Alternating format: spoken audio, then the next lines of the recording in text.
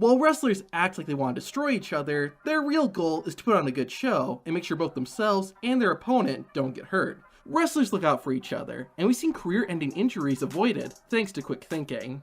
The Money in the Bank ladder match is one of the most exciting, but also most dangerous matches in WWE each year. That's why it's good to have veterans part of the match, and Kane proved that in 2010. The Devil's Favorite Demon was trying to reach the briefcase when Dolph Ziggler interfered. This was supposed to lead to a spot where Kane threw Ziggler over the top rope. Things didn't go as planned, and Dolph's leg got caught in the rope. The Big Red Machine quickly saw what had happened and got the show-off out of there, preventing Ziggler from injuring his left leg. 4 years later, at the same event, someone else would be inches away from a bad injury. In the closing moments of the 2014 Money in the Bank ladder match, Dean Ambrose was about to win the contract. Funny enough, it was Kane who ran in and prevented the Lunatic Fringe from grabbing the briefcase. Of course, the Big Red Machine's arrival was signaled by a blast of fire. Zeb Coulter, who was Jack Swagger's manager, didn't seem to know this was going to happen and was standing right below one of the ring posts. Luckily, a WWE referee grabbed Coulter and got him out of the way seconds before the fire went off. Ironically, a few years later, the roles would be reversed. In the main event of Raw, Randy Orton was wrestling a match against AJ Styles. Just as the Viper was getting ready to hit the RKO, Alexa Bliss appeared on the screen. She then lit a match, which caused fire to shoot out of the ring posts. In a blink and you'll miss it moment, Randy Orton signals for the referee to move away from the ring posts. Thankfully, the referee understood and walked away without being harmed. Early on in his career, Chris Jericho had several moments where he came close to suffering a serious injury. Thankfully, he worked with experienced individuals who helped keep him safe. Fans witnessed this happen on WCW Saturday Night. Jericho was wrestling a fellow cruiserweight, Alex Wright, and as you'd expect, the two had a fast-paced, athletic match. At one point, Chris Jericho went to perform the Lionsault, but didn't get enough momentum to complete the move. Luckily for Y2J, Wright was able to catch him and cushion the landing, preventing Jericho from suffering a head or neck injury.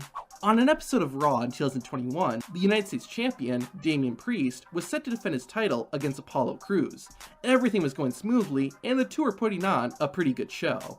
The match nearly turned ugly when Priest and Crews went to the outside. Damian did a flip off the ring steps, but either he didn't get enough speed or Apollo wasn't close enough because the United States Champion almost landed on his neck. Luckily, Crews caught his opponent and was able to gently guide him to the floor. The Suicide Dive is an awesome move, but there's a reason it's called that. Mike Awesome and Spike Dudley had an incredible but brutal match at ECW's Guilty as Charged pay-per-view. One of the many insane moves that was performed was a Suicide Dive. Spike went to hit Mike Awesome with the move, but his feet got caught in the rope. Awesome acted fast and caught his opponent, and it's a really good thing that he did. ECW did not have mats on the floor, meaning Spike Dudley would have landed head first on cement. This moment goes to show how important clear communication and timing are in wrestling. During the Andre the Giant Memorial Battle Royal at WrestleMania 35, Luke Harper and Mustafa Ali were fighting near the edge of the ring. Had Luke Harper not done this, Mustafa would have likely broken his neck. During the main event of WrestleMania 12, Bret Hart proved why he is worthy of being called the best there is, the best there was, and the best there ever will be. During their phenomenal 60-minute Iron Man match, Hart's opponent, Shawn Michaels, hit Bret with a crossbody from the top turnbuckle to the outside. HBK overshot it and almost collided with the steel barricade. Bret Hart managed to grab Shawn's body and guide him away from the barricade, saving Michaels' head from smacking into solid steel.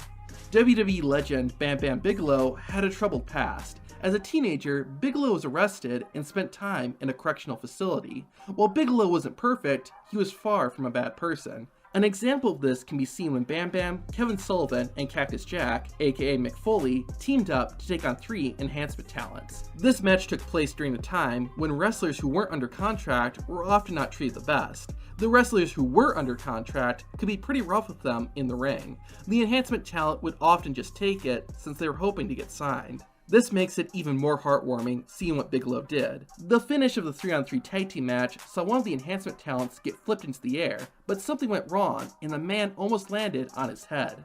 Thanks to his strength and quick reflexes, Bam Bam Bigelow caught the wrestler in midair and saved him from a potentially career-ending injury. During a match against Goldberg, Undertaker was inches away from losing his life. To see that, watch this video on WWE wrestlers who almost died on live TV.